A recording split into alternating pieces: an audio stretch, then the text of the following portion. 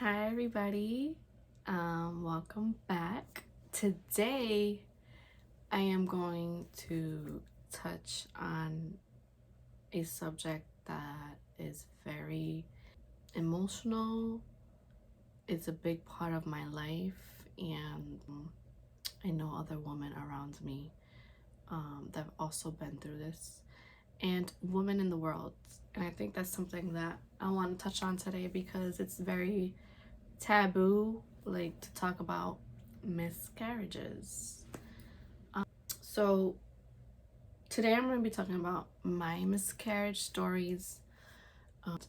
Again, I want to reiterate in every video that this is my personal experience, my own journey, and I'm making this video to help others because as I went through my own journey, I remember that confiding in other women that have been through the same thing was very, very comforting and helped me through my process. So, without further ado, let's start. So, I have had 4 pregnancy losses. My first one was before my firstborn, so in 2016. This one was a little traumatic because it was, my first pregnancy, and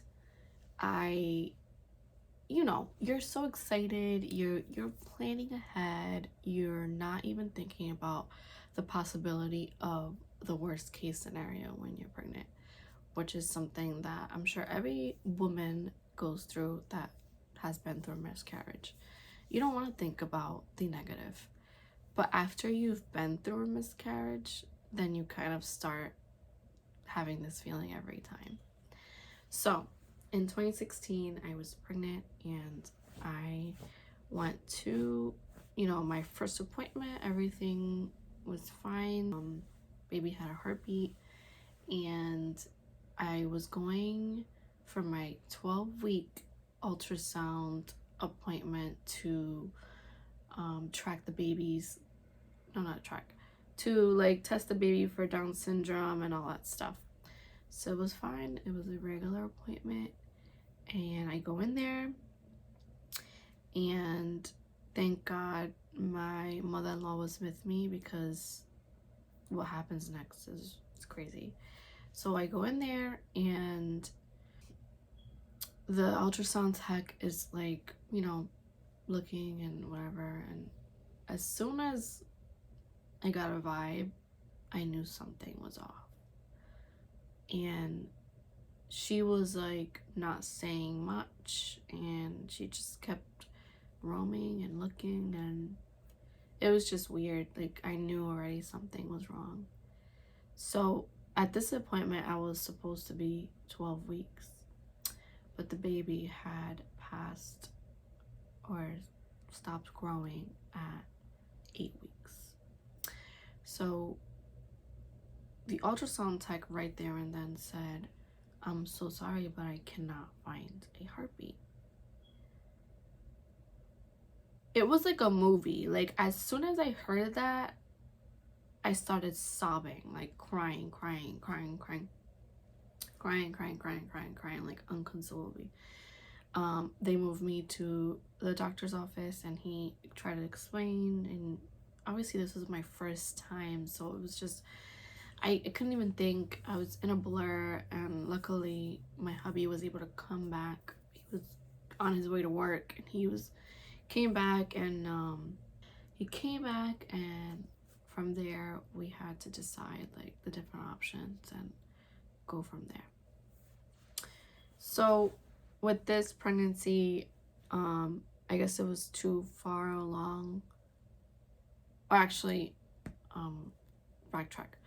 It was either you can take a pill or something that does it for you medically.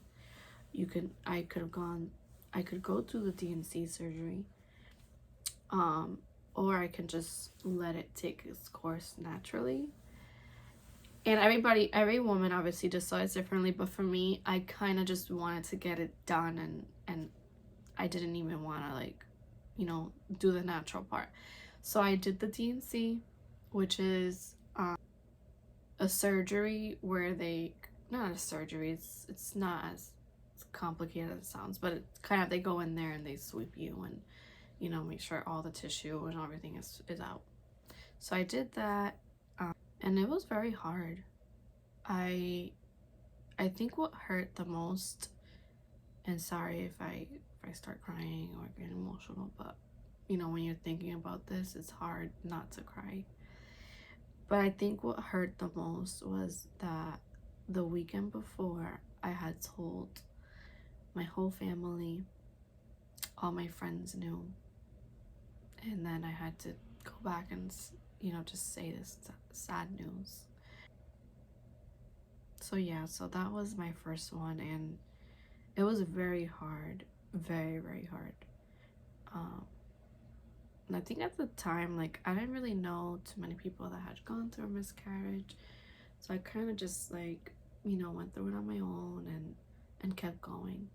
And something that helped me was just maintaining positive and keeping my energy up, because like, I knew in my heart, like, you know, life has to go on, and I have to make sure I, like, you know, handle this, grieve it, but I have to stay strong for myself.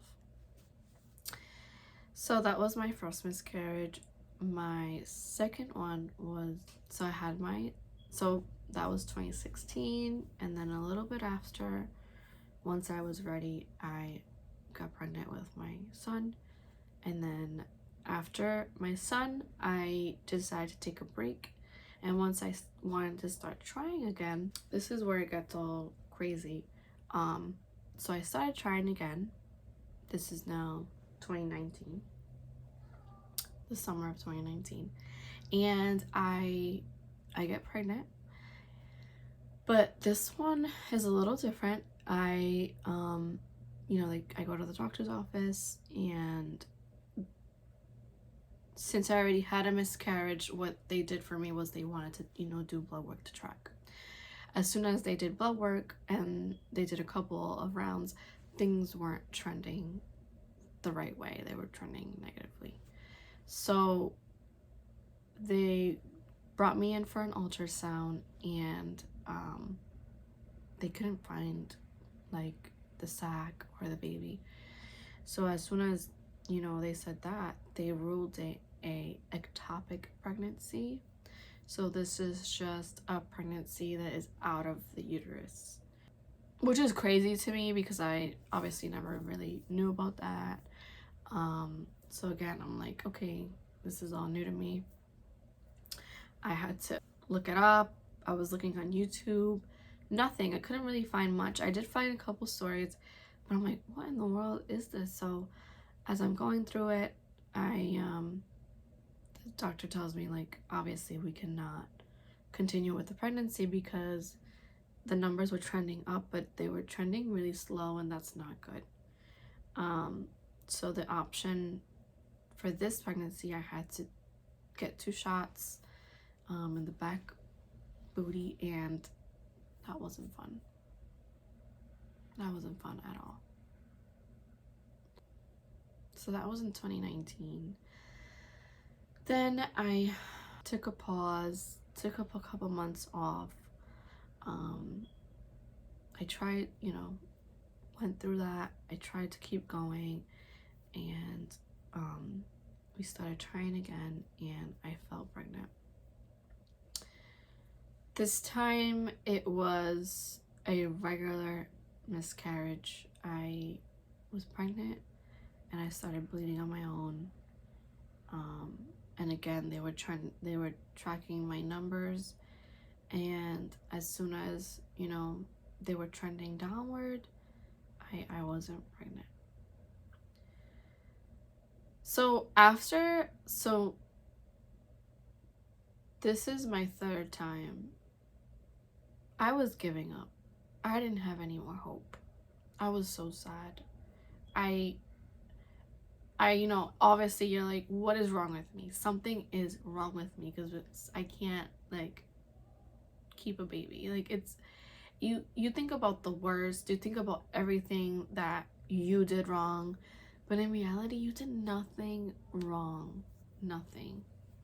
Well, in my case, like, I know I did nothing wrong, and you still try to find something you did wrong. So this time, so this is the third time, and I slowly was like, you know, I don't even want to try again, because, you know, after going through it the third time, you kind of just lose hope. And I fell pregnant again, and I had another ectopic pregnancy. So I went through 2 of those. So now this is July. The second ectopic pregnancy was July of 2019. 2019? Yeah. So this time around, when I, you know, peed on the stick, I wasn't even happy. I wasn't excited. I was just sad, because I already was thinking the worst. As sad as that sounds, like, I was literally like no emotion. I was like, okay, like, it says positive. I'm just gonna go through the motions. I'm going to get blood work. I'm gonna see what's going on. And boom, they couldn't find the baby, and boom, it was a pregnancy outside of the uterus. So at this point, I'm absolutely done. I had no more in me. I was so hurt. Physically, I think I was all set. I even said, like, I should maybe stop trying, like, whatever.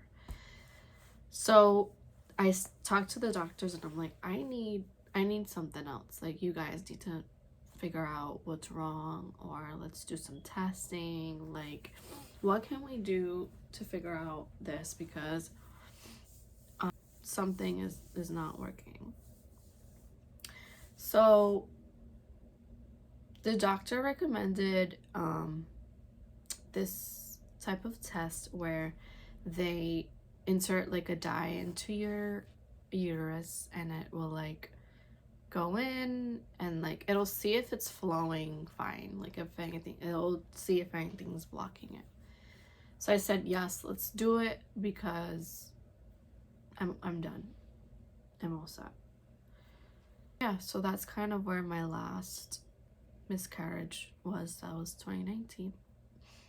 I did end up getting pregnant, and I'll do another like birth story and pregnancy story, but since we're talking about miscarriages, I want to keep it on this topic.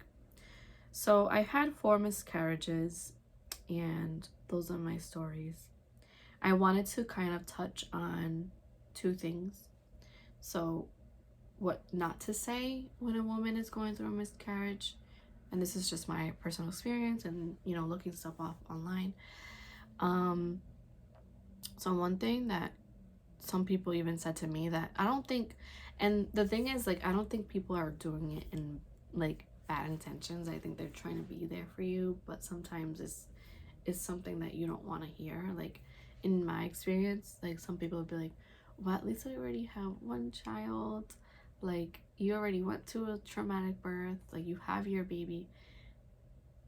Okay, I get it. I know I have a child, I have a living child, but I am grieving for other losses, or I'm grieving a loss, and it is a loss no matter how you think of it.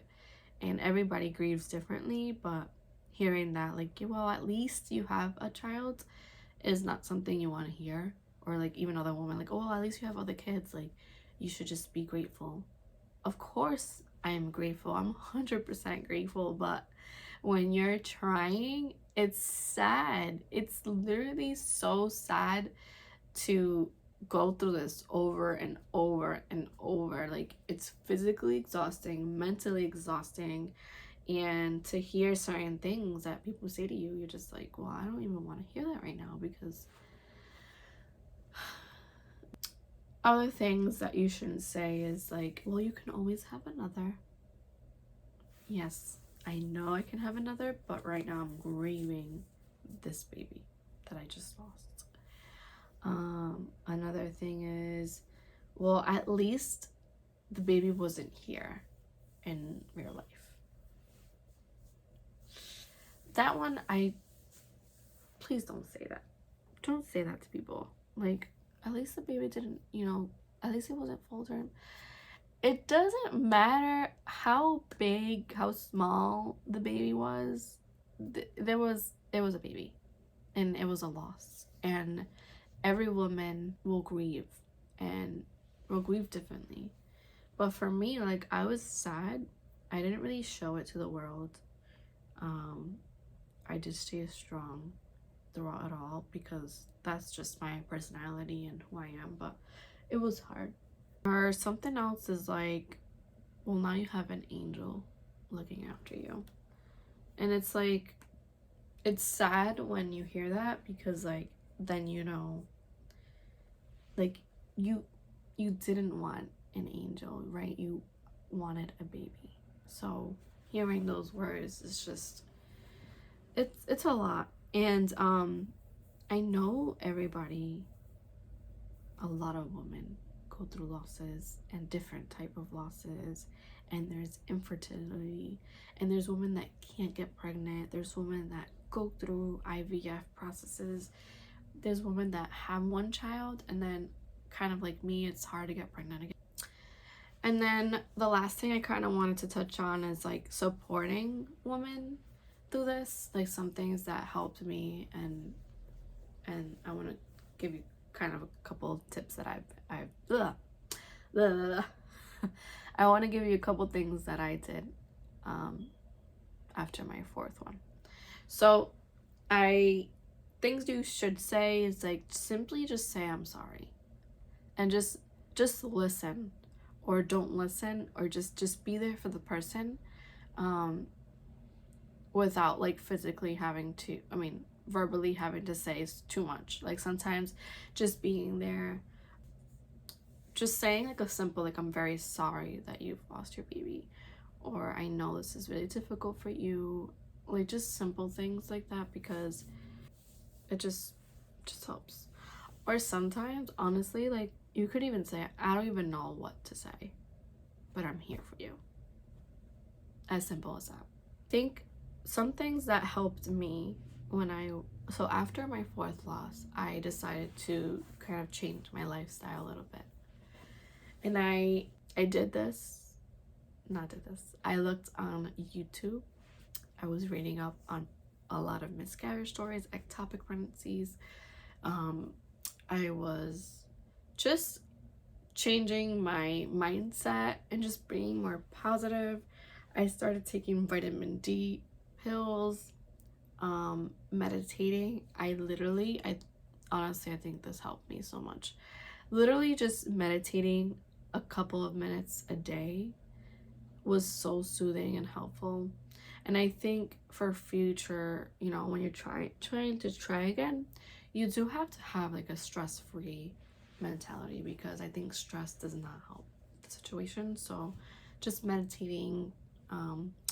I did try to like exercise a little bit, even though this is hard for me. I always start exercising and then I stop. But I did try to like just stay a little bit active so my body can be strong.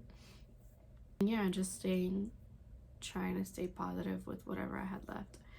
I know this is hard to say, like, oh yeah, just stay positive, like blah blah blah. But it is like, you have to stay positive through the negative. Like, you have to find an inch of positivity to continue, because it's hard, and most women go through this, and I'm with you.